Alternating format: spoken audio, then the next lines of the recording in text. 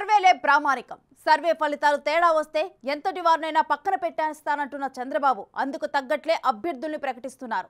తాజాగా విడుదలైన 3వ జాబితాలో మాజీ మంత్రి దేవినేని ఉమాకి సీటు గల్లంతు చేశారు. ఆ సీనియర్ నేతకు మైలవరం టికెట్ కాదు కదా, ఎక్కడా ప్రత్యామ్నాయం కూడా చూపించకపోవడం హాట్ టాపిక్ గా మారింది. తనను పక్కన పెట్టడంపై దేవినేని రియాక్ట్ కాకపోతూ ఉండటంతో ఆయన చంద్రబాబు నిర్దిష్ట హామీ ఇచ్చి ఉంటారన్న ప్రచారం జరుగుతోంది.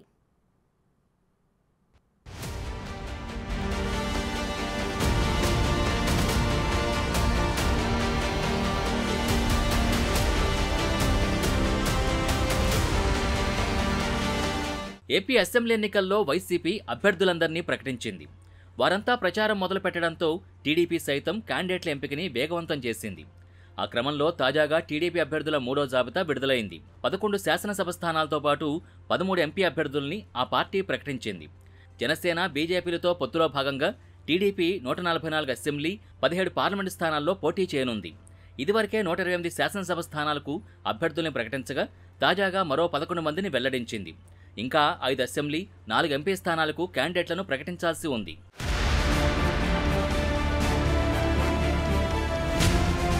టీడీపీ థర్డ్ లిస్టులో ప్రకటించిన 3 అసెంబ్లీ స్థానాల అభ్యర్థులు ఇప్పుడు చర్చల్లో వ్యక్తులయ్యారు.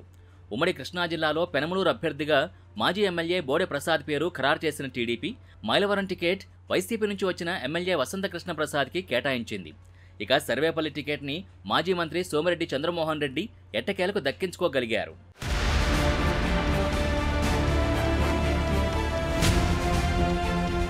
వాస్తవానికి సోమిరెడ్డి పేరు టీడీపీ తొలి జాబితాలోనే ప్రకటిస్తారని భావించారు. మాజీ మంత్రి Somireddy Chandramohan Reddy TDP senior most నేతల్లో ఒకరు. అధికారంలో ఉన్న ప్రతిపక్షంలో ఉన్న ప్రత్యర్థులకు ధీటుగా బదిలివ్వడంలో దిట్ట. రాష్ట్ర స్థితిగతులపై మంచి అవగాహన ఉంది. ఉమ్మడి నెల్లూరు జిల్లాలో టీడీపీ కష్టకాలంలో ఉన్నప్పుడు ఒంటరి పోరాటం చేస్తూ వచ్చిన నాయకుడు. పైపెచ్చు చంద్రబాబుకి అత్యంత సన్నిహితుడు.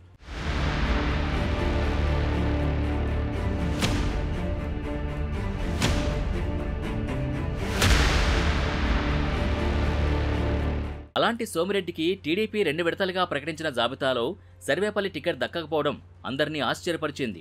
ఇటీవల ఆయన అభిమానులు దానిపై తీవ్ర అసంతృప్తి వ్యక్తం చేశారు. ఆ క్రమంలో సర్వేపల్లి నియోజకవర్గం నుంచి ఈసారి ఆయనకు కాకుండా ఆయన కుమారుడు సోమిరెడ్డి రాజగోపాల్ రెడ్డికి టికెట్ కేటాయిస్తారన్న ప్రచారం కూడా జరిగింది. మరోవైపు ఆ సీటు జనసేనకు కేటాయిస్తారన్న టాక్ కూడా వినిపించింది. 1994 ఎన్నికల నాటి నుంచి సోమిరెడ్డి సర్వేపల్లి సెగ్మెంట్ నుంచే పోటీ చేస్తున్నారు. అయితే 1999 ఎన్నికల తర్వాత ఆయన సర్వేపల్లిలో విజయం సాధించలేకపోయారు. 2004 నుంచి వరుస పరాజయాలు ఎదుర్కొంటున్న సోమిరెడ్డి ఈసారి గెలిచి తీరాలన్న పట్టుదలతో పట్టుబట్టి మరీ టికెట్ దక్కించుకోగలిగారు. ఇక పెనమలూరు సీటు అక్కడి మాజీ ఎమ్మెల్యే టీడీపీ ఇన్ఛార్జ్ బోడే ప్రసాద్కు దక్కింది. పెనమలూరు ఎమ్మెల్యేగా గత ఎన్నికల్లో వైసీపీ నుంచి గెలిచిన మాజీ మంత్రి కొలుసు పార్థసారథి ఈసారి వైసీపీ టికెట్ దక్కకపోవడంతో టీడీపీలో చేరారు. ఆయన టీడీపీలోకి వచ్చిన నాటి నుంచి బోడే ప్రసాద్ టికెట్పై సస్పెన్స్ కొనసాగుతూ వచ్చింది. పార్థసారథిని నూజివేడు టీడీపీ అభ్యర్థిగా పంపినప్పటికీ బోడేకు టికెట్పై క్లారిటీ రాలేదు.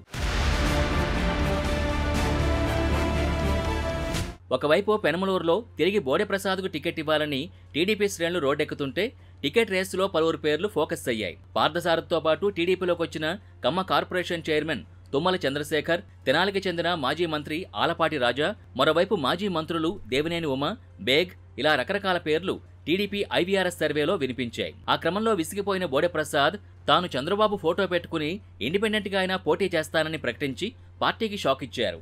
అయితే సర్వే రిపోర్ట్లు అనుకూలంగా రావడంతో చివరికి బోడేకే టికెట్ దక్కిందంటున్నారు. మరో కీలక నియోజకవర్గం మైలవరం.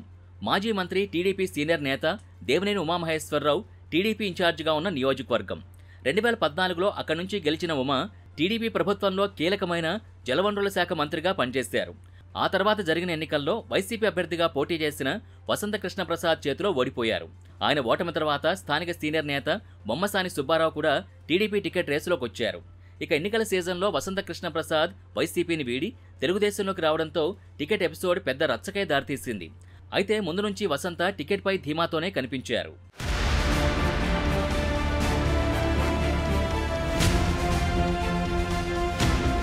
టీడీపీ నిర్వహించిన ప్రతి సర్వేలో ఉమాకు వ్యతిరేకంగా ఫలితాలొచ్చాయట. ఐవీఆర్ఎస్తో పాటు 6 సర్వేలు నిర్వహించినా ఒక్కటి కూడా ఆయనకు అనుకూలంగా రాలేదట. దాంతో ఆయనకు టికెట్ నిరాకరించిన చంద్రబాబు వసంతకృష్ణ ప్రసాద్ని అభ్యర్థిగా ఖరారు చేశారు. ఫైర్ బ్రాండ్ ఇమేజ్ ఉన్న దేవినేని మామూలుగానే ప్రతిదానికి విరుచుకుపడిపోతూ ఉంటారు. అలాంటి ఆయన టికెట్ దక్కకపోయినా రియాక్ట్ కాకపోవడం వెనుక చంద్రబాబు మంత్రాంగమే కారణమంటున్నారు. ఉమాని వసంతతో కలిసి పనిచేయమని చెప్పిన టీడీపీ అధినేత పార్టీ పవర్లోకి రాగానే ఎమ్మెల్సీని చేసి మంత్రి పదవి ఇస్తానని హామీ ఇచ్చారట.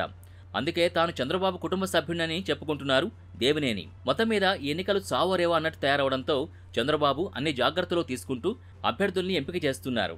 సర్వేలపైనే ఆధారపడుతున్నారు. మరి ఆ సర్వే లెక్కలు టీడీపీకి ఎంతవరకు ప్లస్ అవుతాయో చూడాలి.